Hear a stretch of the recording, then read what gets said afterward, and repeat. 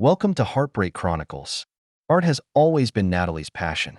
It was her dream to run a small art gallery in Boston's Newbury neighborhood, and now that dream has come true. When Elliott first walked into her gallery, he knew nothing about art and was simply drawn to a piece depicting underwater creatures. As a water engineer, he has a special affinity for life in the water. "This painting reminds me of the time I spent fishing for frogs when I was a kid," Elliott said with a laugh as he commented on an abstract watercolor. Natalie was amused by his unique interpretation. "The painting is really a symbolic expression about human vulnerability, but I like your interpretation." Their first date took place right after the gallery closed, sitting in the small cafe behind the gallery until the owner had to politely ask them to leave. Their love story begins as many love stories do, with passion, commitment, and a vision for the future. 2 years later, when Elliott got down on one knee, Natalie said, "I do," without hesitation. After 12 years, their marriage evolved into a relationship woven from habit and comfort. They have an adorable 9-year-old daughter, Phoebe, who has inherited Elliott's thinking skills and Natalie's artistic talents. They own a 3-bedroom house with a yard outside of Boston, away from the hustle and bustle of the city, but close enough to commute. Elliott works in the city's water department, specializing in the design and maintenance of the city's waterway system. The job doesn't make him the life of the party, but it's secure, stable, and offers a good enough paycheck for Natalie to pursue her art career, even if the gallery is often in the red. As the years passed, their relationship drifted into a comfortable but passionless routine. Elliott focuses on his work and caring for Phoebe, while Natalie immerses herself in her art world, preparing exhibitions and seeking out emerging artists. They are no longer as close as they once were, but their life paths are still closely intertwined, at least on the surface. The change began with the arrival of Vincent. The French artist brings his stunning watercolors to Boston for a traveling exhibition. When Natalie first saw his portfolio, she was immediately struck by his talent. "The way he uses color, and how he catches the light," she exclaimed to Elliott as they were sitting in the kitchen eating dinner. "It's one of the most stunning pieces I've seen in recent years." Elliott looked up at the picture on Natalie's phone and nodded. "It's beautiful, beautiful." Natalie frowned. "Elliott, this is a revolutionary breakthrough in the history of art." He shrugged. "I'm sorry, I just don't see anything special about it. To me, they look like colorful puddles." "That's what's wrong with us," Natalie sighed, putting her cell phone back in her pocket. "You never try to understand what's important to me." Elliott wants to point out that he's been funding her gallery for 10 years, even though it's never turned a profit, but he chooses to remain silent. He didn't want to start an argument, especially with Phoebe present. Instead, he turned to his daughter and asked her about her math homework. Natalie hosted a special reception for the gallery when Vincent himself came to Boston. Elliott promised to attend, even though he was uncomfortable socializing in the art world. He prefers to relax with a few close friends rather than socialize in a room full of pretentious art critics and wealthy patrons. The night before the show, Elliott was organizing the suits he would wear the next day when he noticed that Natalie was spending more time than usual on her phone. "Is everything ready?" he asked. "Oh, yes," she replied absent-mindedly, her fingers sliding quickly across the screen. "Just confirming the final details." Elliott didn't think much of it. He knew how important this exhibit was to Natalie, and he was used to her state of concentration before major events. If he'd looked more closely, he might have noticed the excitement that twinkled in her eyes, or the smile that surfaced at the corners of her mouth whenever her cell phone made a notification sound.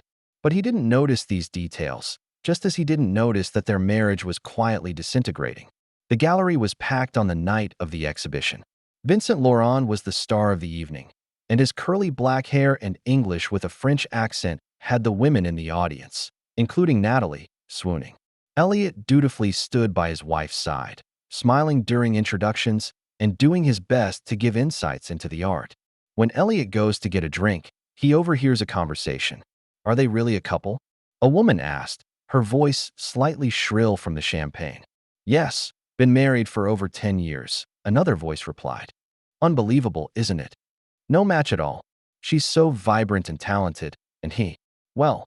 Elliott walked away without listening, a sick feeling in the pit of his stomach. He knew he didn't fit into the world Natalie was in, but it still stung him to hear people talk about it so openly. Halfway through the evening, Vincent began to talk about what inspired his creative process. His English was heavily accented, but that only seemed to add to his charm. Art isn't just about beauty. He emphasizes his point with a gesture. It is about transformation, turning the ordinary into the extraordinary. It's like magic in a fairy tale. It's like the princess and the frog, Natalie interjected, eyes sparkling. A kiss can turn something ugly into something beautiful. At that moment, Elliott noticed that her gaze fell not on him, but on Vincent. A sense of foreboding surged through me. Later in the evening, as a small group gathered in front of one of the paintings, the conversation turned to transformation and glamour. Some people are born with this ability, commented one of the art critics. The ability to change your surroundings. Vincent has that ability. And the others didn't, Natalie snapped, her voice loud from the alcohol. She looked over at Elliott with a certain dangerous glint in her eyes. Some of them are like the frog in The Princess and the Frog. Laughter began to spread in the room, but soon turned to an awkward silence as Natalie continued. My husband Elliott is like that. He comes home from work every day, covered in mud, talking about drains and water pressure. A real-life frogman. Her laughter was harsh in the quiet room. It's just that in this fairy tale, even if I kissed him, he'd still be a frog. The room was dead silent. All eyes turned to Elliott as he stood there, the glass in his hand gripped so tightly that his knuckles turned white. Natalie seemed to suddenly realize what she had said, and her smile disappeared. Elliott, I was joking. She spoke up, but it was too late. Elliott silently put down his glass of wine and walked toward the check room to retrieve his coat, then stepped out of the gallery, the cold Boston night air hitting him in the face. He didn't respond to Natalie's call from behind him. He needed time to think, space to breathe, and to figure out why his 12-year marriage suddenly felt like a cruel joke. Natalie stood in the doorway of the gallery and watched Elliott's figure disappear into the night with a tidal wave of regret. She knew she had screwed up, but what she didn't know was that this was just the beginning of the problems she was about to face. How did things start for Natalie and Vincent? The question swirled in Elliott's mind like a lingering melody. Over time, he began to recall the signs that should have caught his attention. Natalie's new password protection for her cell phone, the late-night calls she claimed were gallery work, and her growing detachment from him. The days following the incident at the gallery became tense and awkward between them. Natalie tries to apologize, but her words sound hollow and forced. I don't know why I said that, she explained, her eyes avoiding his gaze. I just want to look smart and funny in front of my friends. Elliott wants to believe her, but the seeds of doubt have been planted. Why the frog analogy? Why would you put him down so much in front of Vincent?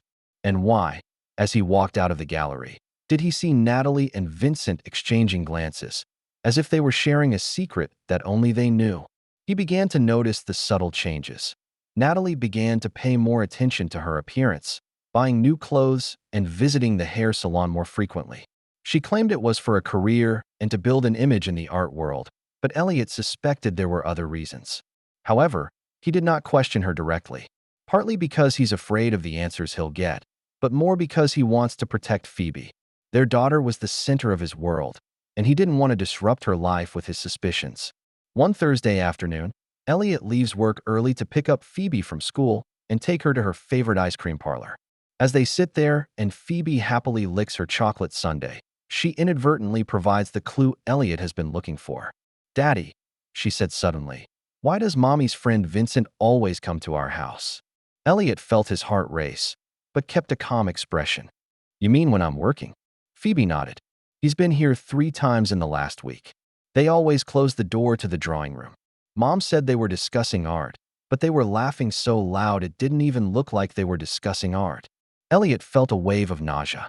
His drawing room, the one he'd built for Natalie, the one he'd personally remodeled in the attic after they'd moved into their suburban home, installing skylights so natural light could come in, was now the place where she met with another man. Did you tell Mom we're going out for ice cream today? He asked softly. Phoebe shook her head. No. She said she's working with Vincent today, so she won't care. Elliott looked at his watch. Usually, he'd get off around 5 and go straight home. It's only 3:30. If he takes Phoebe home now, want to go to the movies? He asked suddenly. A new cartoon is in theaters. Phoebe's eyes lit up. Really? Bravo. The movie theater darkened and Elliott's thoughts couldn't focus on the screen. His mind was all at home, imagining Natalie and Vincent in his house, in the drawing room he'd built for his wife, betraying his trust. By the time the movie was over, it was 6:30 p.m. He sent Natalie a message telling her they went to the movies and would be home soon. His cell phone rang immediately. "When did you guys decide to go to the movies?" Natalie asked, a hint of panic in her voice. "Impromptu," Elliott replied, noting her tone. "Is there a problem?" "No, of course not," she said too quickly. I prepared dinner, and it's probably cold by now. We can heat it," he replied briefly. "See you in 20 minutes. When they get home, Natalie looks very nervous. Her hair was slightly disheveled, and there was an unnatural blush on her cheeks. The house smelled faintly of cologne, not the kind Elliott used. "Did you guys have fun?" she asked, her voice overly cheerful. "It was fun," Elliott replied calmly. "Phoebe, go wash your hands and get ready for dinner, okay?" As Phoebe heads upstairs, Elliott looks around and notices subtle marks. The cushions on the couch are a little out of place. There are 2 wine glasses on the dining room table and a small red mark on Natalie's neck, which she tries to cover with a turtleneck sweater. "Vincent was here?" he asked directly. Natalie stiffened, then forced herself to stay calm. "Yes, we're talking about the next exhibition. He just left a little while ago." Elliott nodded, deciding not to expose her lies for now. "He needs more evidence. He needs a plan. I'm going to check on the drawing room," he said. "Let's see how your work is going." "No," Natalie practically shouted. Then she lowered her voice. "I mean, it's a mess right now, and I want to get organized first. We'll see tomorrow, okay?" At that moment, Elliott knew the truth. But he didn't have a fit. He didn't yell. Instead, he nodded and walked towards the kitchen, pretending nothing had happened. Over the next few weeks, Elliott became more alert. He notices that Natalie's cell phone is always placed face down, that she uses privacy mode on her browser, and that she often claims to work late at the gallery. He could have just questioned her, but he wanted more than confirmation. He wanted to end it, one way or another. Elliott begins to document everything: Natalie's unusual behavior, her lies, and the pattern of Vincent's visits. He kept these records on his laptop, password protected to make sure Natalie couldn't access them. It's not out of vindictiveness, it's out of self-preservation. If the situation ends up leading to a divorce, he needs evidence of Natalie's infidelity. One Tuesday, when Natalie claims to be working late at the gallery, Elliott decides to take action.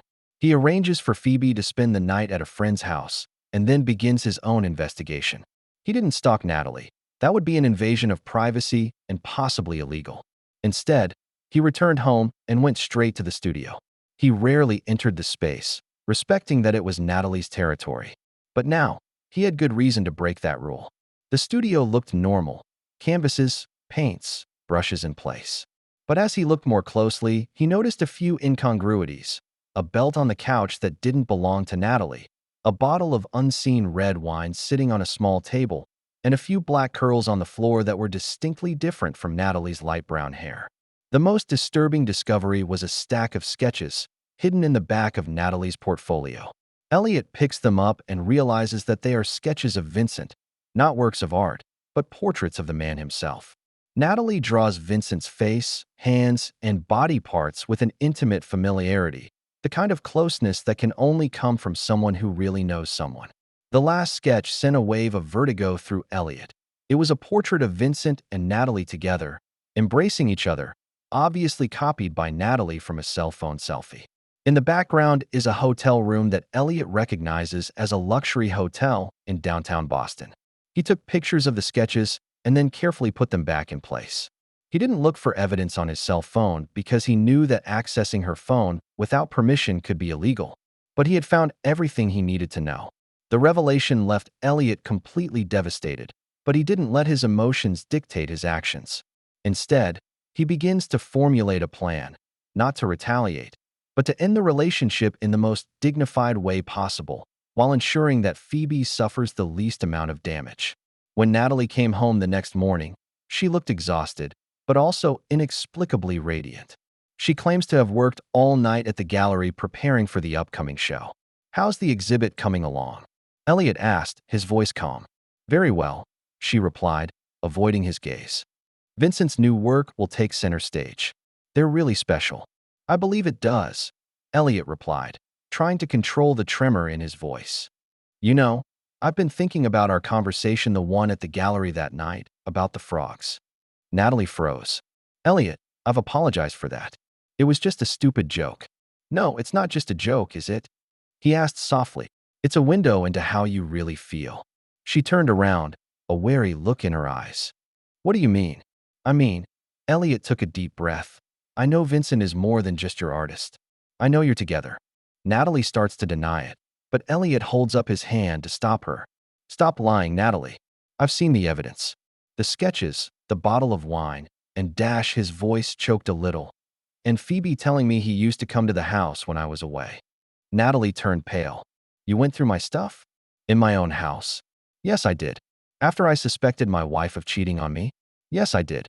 It's not like you think, she began in defense, but there was a lack of conviction in her tone. What's that like? Elliott asked rhetorically. Explain it to me. The silence that followed lasted for several minutes, as long as a century. Finally, Natalie sat down and tears began to gather in her eyes. I didn't mean for this to happen, she finally admitted. At first, it was just about art, about passion. Vincent understands my ways. You never understood it.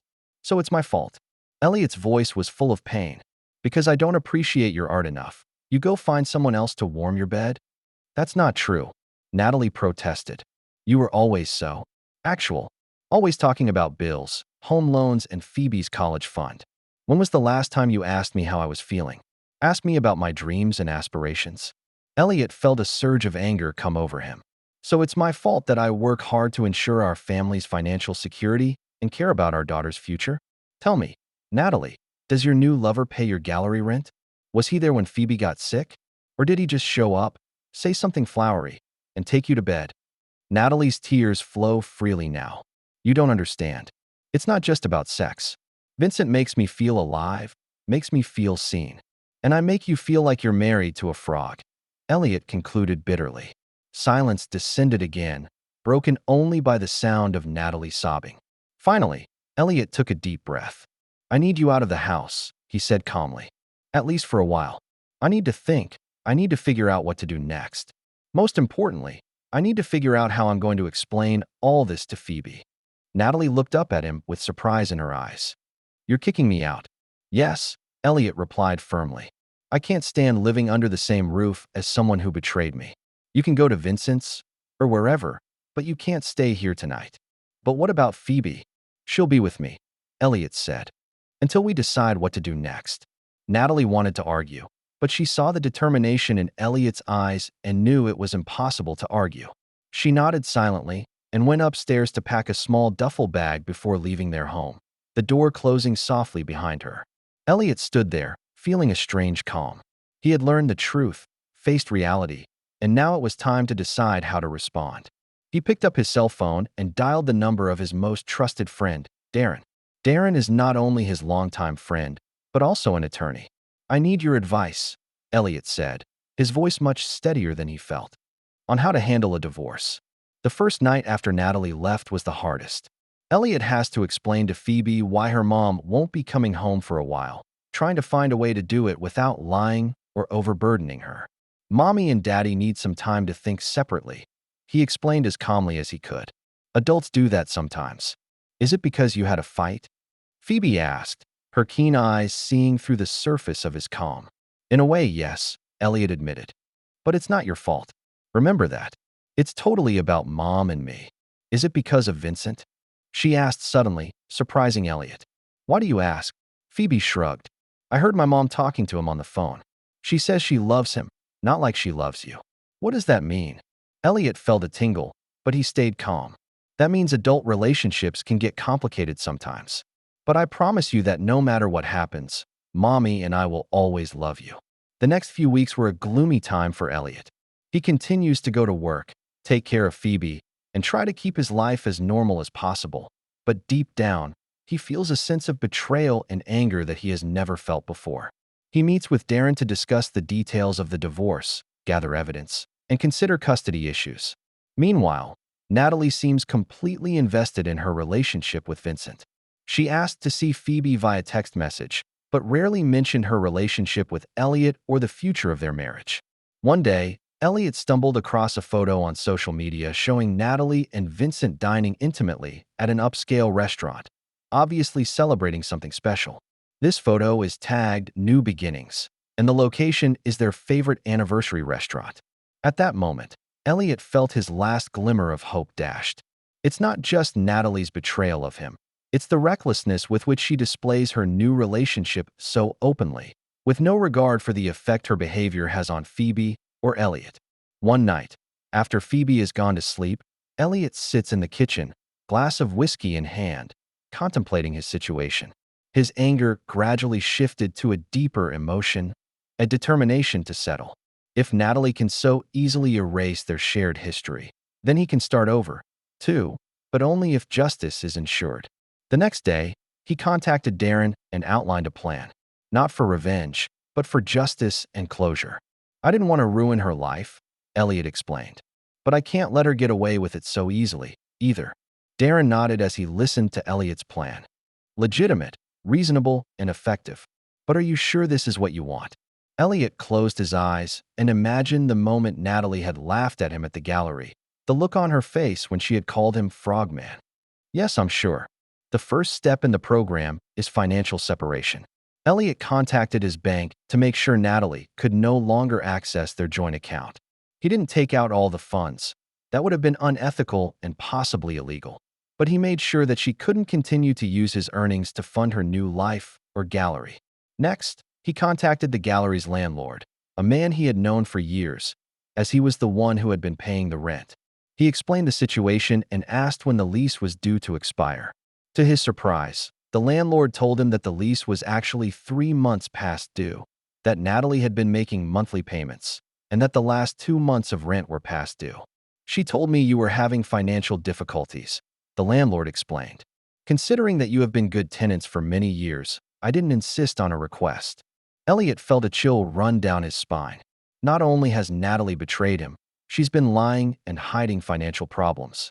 He politely thanked the landlord and assured him that the rent arrears would be resolved. Meanwhile, through Darren's help, Elliott began divorce proceedings. He asked for ownership of the house, considering he paid for it in full, and primary custody of Phoebe, but was willing to allow Natalie reasonable visitation rights. He did not ask for alimony, although he was entitled to it based on their income disparity. You're too generous, Darren commented. Consider the situation. Elliott shook his head. I don't want to prolong the process because of money. I just want to end this fairly and move on with my life. But the concept of fairness still haunts him.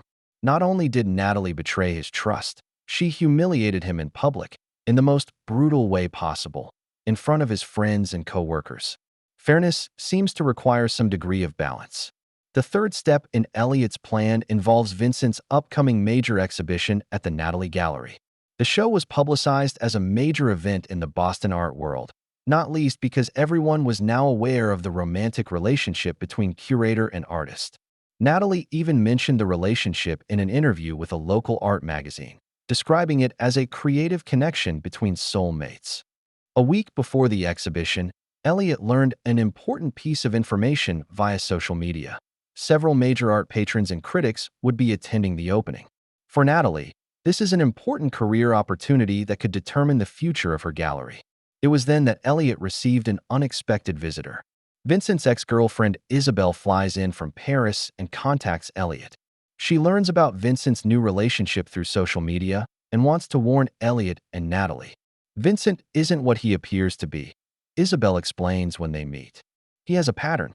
He finds influential women, usually in the art world, builds relationships with them, uses their connections and resources to promote his work, and then dumps them once he has achieved what he wants. Elliott wasn't exactly surprised. Do you have any proof? Isabel nodded and pulled out her cell phone. I have his email and info. After our relationship ended, I discovered that his iPad was still connected to my Wi-Fi network and all of his communications were automatically syncing to the cloud. She paused. I know it sounds a little voyeuristic, but after he took my savings and reputation, I feel entitled to the truth. Elliott looked at the evidence she provided, messages from Vincent and multiple women, including Natalie, indicating that his pattern of behavior was indeed as she described. Particularly striking was a conversation between Vincent and a gallery owner about using Natalie's gallery as a promotional platform, while hinting that he was already looking for his next opportunity. "Why are you telling me this?" Elliott asked. Isabel shrugged. "Because no one should have to go through what I went through. I don't know your wife, but even if she cheated on you, she doesn't deserve to be another one of Vincent's victims." This information adds a new dimension to Elliott's program. Now, it's not just about getting justice for herself. It's about exposing Vincent for what he really is and protecting Natalie from further harm, even if she doesn't know she needs to be protected. On the night of the exhibition, Elliott arrived at the gallery in a suit. He didn't inform Natalie that he was coming, but he didn't try to hide himself either. The conversation in the room paused briefly as he walked in, then resumed, but with muffled whispers and curious glances. Natalie saw him from across the room, and the expression on her face changed from shock to fear to anger. She hurried through the crowd to his side. "What are you doing here?" she asked in a low voice, trying not to draw attention to herself. "It's a public art exhibit, isn't it?" Elliott replied calmly. "And, considering I've been funding this gallery for over a decade, I think I have a right to visit." "Elliott, please don't create a scene here. Tonight is important to me." "I know," he replied. "That's why I'm here." Before she could respond, Vincent joined them with a confident smile on his face. "Ah, Elliott, how nice to see you." He held out his hand as if they were longtime friends, not destroyers of Elliott's marriage. Elliott looked at the outstretched hand, but didn't shake it. Instead, he looks Vincent straight in the eye. "I'm sure we both know the truth, so let's skip the false niceties, shall we?" Vincent's smile grew stiff, but he kept up a facade of subdued composure. "Surely you must still be angry about what happened." "It's understandable." "Actually," Elliott replied, "I didn't come here to be angry. I came here to thank you." Natalie and Vincent both blinked out of confusion. "Yes," Elliott continued, loud enough to draw the attention of those around him. "You showed me the truth about my marriage. For 12 years I have supported Natalie's artistic endeavors, even if it meant I had to work overtime in the water department to pay the gallery rent. I have always believed that her passion for art is purely about creativity and expression." More and more guests are now beginning to gather around them, mesmerized by the dramatic confrontation. "But thanks to you, Vincent, I realize now that for some people, art is just a means to get what they need. A form of manipulation. A kind of scam." Vincent's face turned red. "What are you implying?" Elliott smiled and pulled out his cell phone. "I'm not implying that. I am making it clear that you, Vincent Laurent, are a liar and a manipulator. Your model is to seek out influential women in the art world, build relationships with them, capitalize on their connections and resources, and then abandon them for the next target." The room was silent. Natalie looked shocked. "Elliott, you don't know what you're talking about." "I know exactly what I'm talking about," Elliott replied calmly. He turned to the other guests in the room. "Ladies and gentlemen, I'd like to show you some interesting artwork, sketches by a special painter, my wife, Natalie." He opened the gallery on his phone and projected the screen onto one of the gallery's walls, a feature he knew Natalie had used in the exhibit, and the device was already connected. Appearing on the wall are those intimate sketches of Natalie, showing her and Vincent in moments together. "These were found in my own home, in the drawing room I built for my wife," Elliott explains. They show how art and betrayal are intertwined. But that's only part of the story. Next, he played a video showing Vincent with a number of his former partners, accompanied by screenshots of his emails and messages, demonstrating his pattern of manipulation. The video concludes with Vincent's latest conversation with another gallery owner about how to take advantage of a better opportunity to move to New York after Natalie. "Is this true?" Natalie turned to Vincent, her voice shaking with shock.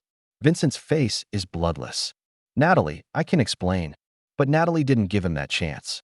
She turned to Elliott with tears of remorse and shame in her eyes. "How did you know?" "A friend reminded me," Elliott replied, nodding to Isabel, who was standing by. Someone who was also deceived by Vincent. The room erupted into murmurs. Art patrons and critics exchanged uneasy glances, and some began to leave quietly. Elliott turned off the projection and turned to Natalie.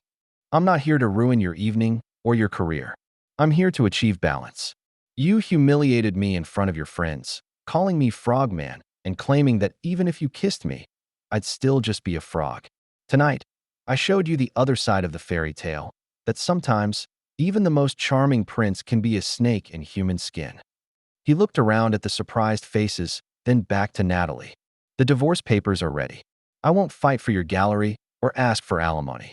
I just want the house and primary custody of Phoebe, but you can have reasonable visitation rights. I think that's fair, considering the circumstances. Without waiting for Natalie to respond, Elliott turned away, leaving a room of shock and silence in his wake. As he stepped out of the gallery and the cold Boston air hit him in the face, he felt a sense of relief not from revenge, but from the fact that the truth had finally been revealed and he was finally able to move on. The divorce proceedings went smoother than Elliott expected. Natalie, possibly out of shame or remorse, agreed to all the terms he offered. Vincent disappeared after the gallery incident, and rumor has it that he has returned to Paris for his next opportunity. The next few months were a period of adjustment for Elliott and Phoebe. They established new routines and learn how to function as a single-parent family. Natalie comes to visit Phoebe every week. Although these visits are usually tense and awkward, over time, the anger began to subside. Elliott realizes that even though Natalie betrayed him, she is still Phoebe's mother, and they need to find a way to peacefully coexist for the sake of their daughter. 6 months later, Natalie asked for a private session with Elliott.